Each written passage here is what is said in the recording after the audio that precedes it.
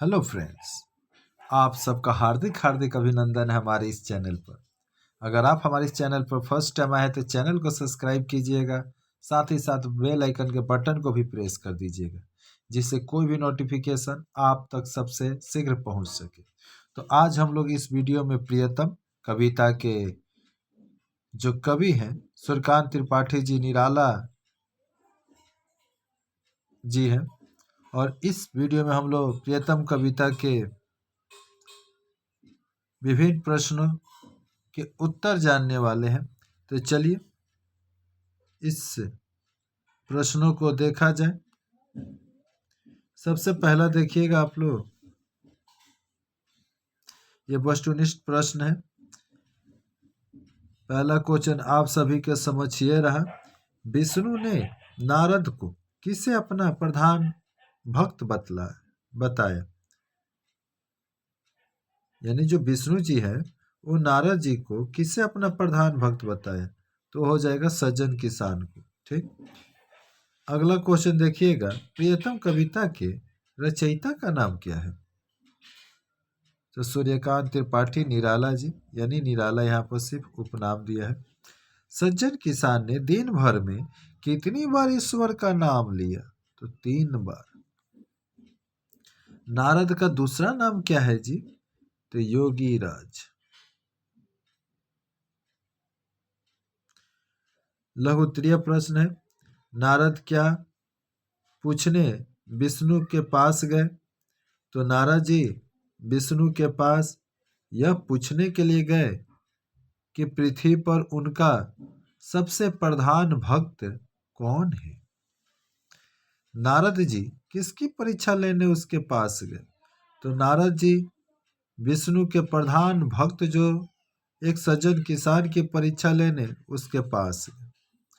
नारद जी भक्त के पास पहुंचकर क्या देखा, तो नारद ने भक्त के पास पहुंचकर देखा कि वह किसान दोपहर को हल जोत कर आने पर, फिर शाम को दरवाजे पर आकर और सवेरे काम पर जाते समय राम का नाम लिया, और इस प्रकार दिन भर में केवल 3 बार नाम भी लिया तो राम का लिया। नारद जी भगवान विष्णु के पास जाकर क्या बोले, तो नारद जी भगवान विष्णु के पास जाकर बोले, वह किसान दिन भर में केवल 3 बार राम का नाम लेता है। नारद ने लज्जित होकर क्या कहा, तो नारद जी ने लज्जित होकर कहा कि यह सत्य है। बोधमूलक प्रश्न देखिए, नारद जी क्यों परेशान थे, उनकी परेशानी का समाधान किस प्रकार हुआ। नारद जी इस बात को लेकर परेशान थे कि किसान दिन भर में केवल 3 बार राम का नाम लेता है, फिर भी वह विष्णु भगवान का सबसे प्रियतम भक्त क्यों है, यह प्रधान भक्त क्यों है। भगवान विष्णु ने उसकी परेशानी का समाधान करने के लिए, यानी भगवान विष्णु ने उनकी परेशानी का समाधान करने के लिए उन्हें एक तेल से भरे पात्र देकर पृथ्वी की परिक्रमा कर आने के लिए कहा। नारद जी परिक्रमा करके सानद सफल होकर लौट आए। विष्णु के पूछने पर उन्होंने बतलाया कि इस परिक्रमा के समय उन्होंने एक बार भी ईश्वर का नाम नहीं ली, क्योंकि उनके द्वारा दिए गए काम में पूरा ध्यान लगाए रहे। यानी ये नारद जी कहे कि महाशय आप ही तो बोले थे हमको इस तेल को लेकर पूरे पृथ्वी की परिक्रमा करने को, जिसके चलते मेरा पूरा जो ध्यान था इसी पर लगा हुआ था।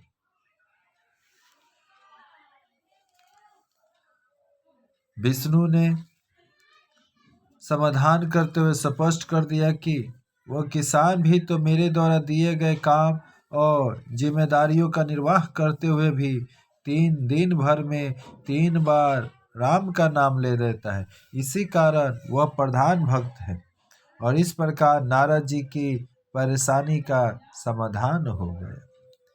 निराला जी निराला जी ने कर्म और भक्ति का सामंजस्य किस प्रकार दर्शाया है, स्पष्ट करें। निराला जी ने स्पष्ट किया है कि जीवन में कर्म ही पूजा है और कर्म ही भक्ति है। अपने कर्तव्य तथा उत्तरदायित्व को निभाने वाला व्यक्ति ही सच्ची भक्ति का निर्वाह करता है।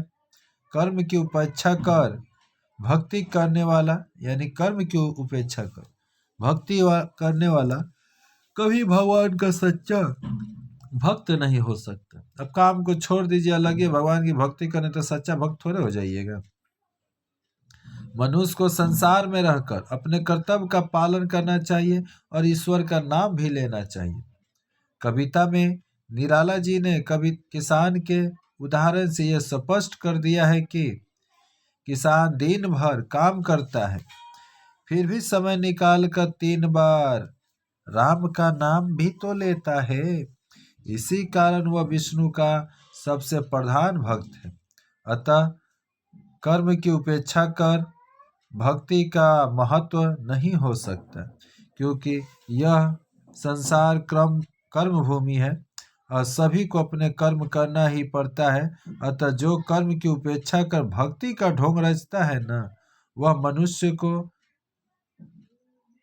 भगवान को प्रिय नहीं है, इसीलिए वह सच्चा भक्त भी तो नहीं है।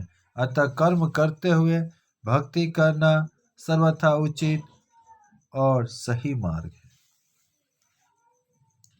नारद लज्जित हुए, कहा यह सत्य है। उपरोक्त पंक्तियों का आशय प्रसंग स्पष्ट कीजिए। भगवान विष्णु द्वारा सौंपे हुए कार्य को संपन्न कर नारद जी प्रसन्न होकर विष्णु के पास आए। विष्णु ने नारद से पूछा कि पृथ्वी की परिक्रमा करते समय उन्होंने कितनी बार अपने इष्ट देव का नाम लिया। नारद जी ने कहा कि वह तो उन्हीं के द्वारा दिए हुए काम में ध्यान मग्न रहे, इसलिए एक बार भी नाम नहीं लिया। विष्णु ने कहा कि वह किसान भी तो मेरे द्वारा ही दिए गए काम करता है, फिर भी दिन भर में 3 बार राम का नाम लेता है।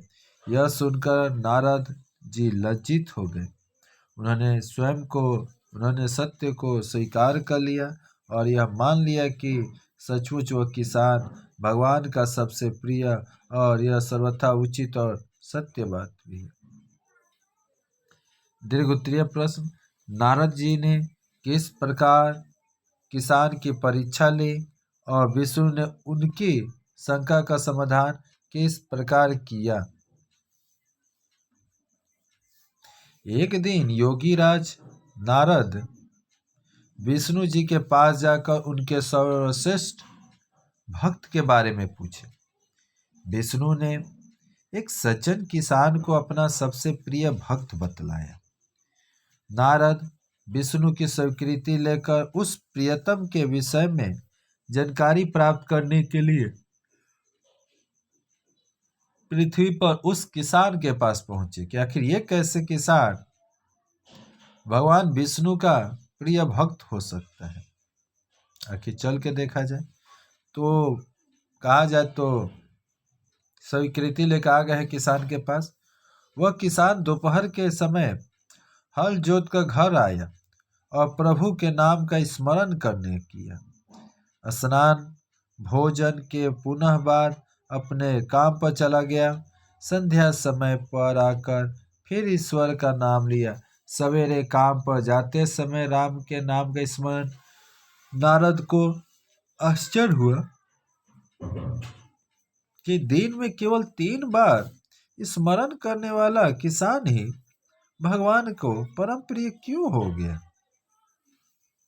नारद जी भगवान विष्णु के पास जाकर यह जानना चाहे कि दिन भर में केवल 3 बार ही तो भगवान का नाम लेने वाला किसान उनका प्रिय भक्त कैसे हो सकता है। विष्णु जी बड़ी ही युक्ति से नारद की जिज्ञासा यानी जानने की जो आशा उसका समाधान करना चाहते थे। इसलिए उन्होंने नारद जी से एक आवश्यक काम करने के लिए कहे और इस विषय पर बाद में चर्चा करने का प्रस्ताव रखे। विष्णु ने नारद जी से कहा कि तेल से भरे हुए इस पात्र को लेकर समस्त पृथ्वी की परिदीक्षिणा कर आइए, घूम के चलेगी, पर विशेष रूप से ध्यान रहे कि तेल की एक बूंद भी पात्र से गिरने ना पाए। नारद जी लक्ष्य को निश्चय कर विश्व का भ्रमण पूरा कर स्वर्ग मार्ग पहुँचे। उन्होंने भगवान विष्णु द्वारा आदिष्ट कर्म का निर्वाह कर दिया था। पात्र से एक बूंद भी तेल गिराए बिना इस विश्व की परिक्रमा की थी। तेल के इस रहस्य की जानकारी के लिए उनके मन में उल्लास भरा हुआ था कि हम तो पूरा एकदम परिक्रमा भी कर दिए, तेल भी नहीं गिरा। नारद जी को देखकर भगवान विष्णु ने उन्हें प्रेम से बैठाकर कहा कि उनके प्रश्न का उत्तर मिल गया होगा। भगवान ने उनसे पूछा कि तेल पात्र ले जाते समय उन्होंने कितनी बार अपने इष्ट देव का नाम लिया। नारद जी शंकित हृदय से कहा, नाम तो मैंने एक बार भी नहीं लिया, क्योंकि आपके द्वारा सौंपे गए काम में मेरा ध्यान लगा रहा। भगवान विष्णु ने नारद जी की जिज्ञासा का समाधान करते हुए बतलाया कि वह किसान भी न उनके द्वारा दिए गए कार्य करता है, और वह अपने घर गृहस्थी का कर्तव्य और उत्तरदायित्व का भली भांति निर्वाह करते हुए भी न उनका नाम लेता है, और इसी से वह भगवान विष्णु का सबसे प्रिय श्रेष्ठ भक्त है। लज्जित होकर नारद जी ने इस सत्य को स्वीकार भी किया। भाषा बोध में देखिए, निम्नलिखित शब्दों का समास विग्रह का समास का नाम लिखना है। मृत्युलोक तो मृत्यु का लोक, तत्पुरुष समास, सज्जन सत्य है जो जन, कर्मधारय समास, यानी यहाँ पर उस जन की विशेषता बताया जाता है कि वह सत्य है। इसके साथ साथ दोपहर, दूसरा पहर, ये द्विगु समास। उसके साथ नाम स्मरण, नाम का स्मरण, तत्पुरुष समास। फिर निम्नलिखित शब्दों का संधि विच्छेद का संधि का आपको नाम लिखना है। जैसे उल्लास तो उत प्लस लास होना चाहिए, ठीक, थोड़ा सा देख लीजिएगा। उत प्लस लास ये व्यंजन संधि। प्रातः काल, प्रातः प्लस काल ये विसर्ग संधि। और नीचे में आपके तीन तीन प्रवाची शब्द दिए गए हैं। विष्णु, हरि, नारायण, श्रीपति, परीक्षा का इम्तिहान, समीक्षा, निरीक्षण, प्रातः काल का प्रभात, भोर, सवेरा, इष्ट का इच्छित, अभीष्ट, वांछनीय, विश्व का संसार, दुनिया, जगत। इस तरह से इस वीडियो में इतना ही। अगर ये वीडियो आपको अच्छा लगा तो प्लीज़ वीडियो को लाइक कीजिए, एक प्यारा सा कमेंट कीजिए, साथ ही साथ अपने दोस्तों में इसको शेयर कीजिए, जिससे कि वो भी इस वीडियो का लाभ उठा सके। अगर चैनल पर अगर फर्स्ट टाइम आए होंगे तो चैनल को सब्सक्राइब भी कर लीजिएगा, और बगल में ही बेल आइकन के बटन को प्रेस कर दीजिएगा, जिससे कि आपके एग्ज़ाम से जुड़ा हुआ, साथ ही साथ आपके कक्षा से संबंधित विभिन्न विषयों का वीडियो इस चैनल पर मुहैया कराया जाता है, और उसकी जानकारी आप तक सबसे पहले पहुंच सके। तो इस वीडियो को देखने के लिए बहुत बहुत धन्यवाद। फिर मिलते हैं किसी नए वीडियो में एक नए टॉपिक के साथ। तब तक के लिए जय हिंद, जय भारत, वंदे मातरम।